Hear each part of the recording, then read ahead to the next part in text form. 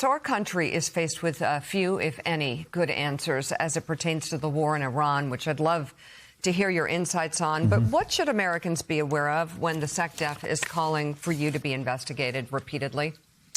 Well, they should be aware that this guy doesn't want to be held accountable. And what accountability means, often it means investigations. And I think the investigation we should be having right now is, why did we hit 15,000 targets in Iran and get little to show for it? We have 13 dead Americans, over 150 dead Iranian little kids. Strait of Hormuz is closed. Gas prices are just skyrocketing. In Arizona, it's nearly $5 a gallon now. People can't afford their lives. And this president and Secretary of Defense, they don't have a plan, and they're flailing here. And he talks about he doesn't want to be held accountable.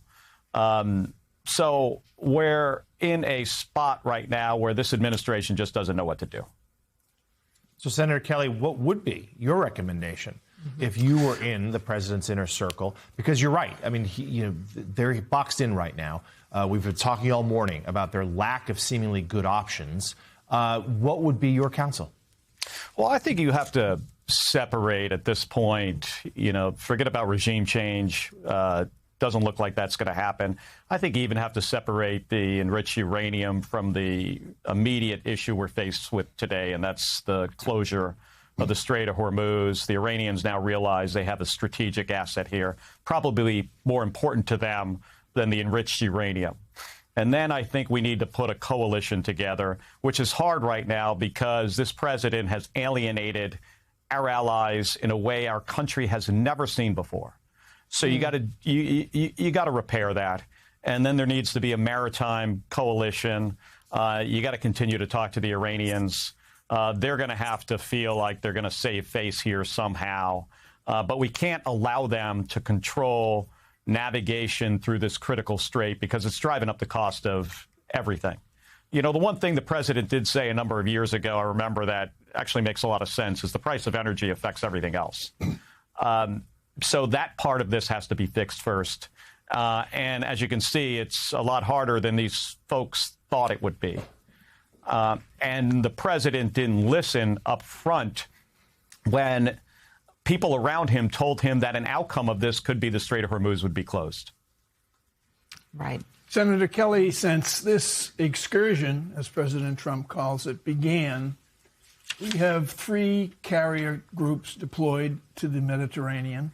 We have over 10,000 troops deployed to the area around Iran. Some of those carrier groups, I think a couple of them, have been at sea for 10 or 11 months without a return home.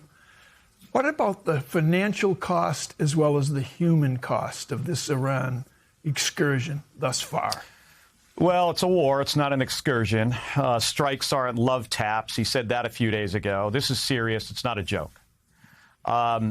And we've got deployed troops in the region. This is costing $1 to $2 billion a day, especially up front when they were conducting a massive number of strikes. This is probably between $25 and $50 billion already. They're going to ask for a supplemental, but they have no goal.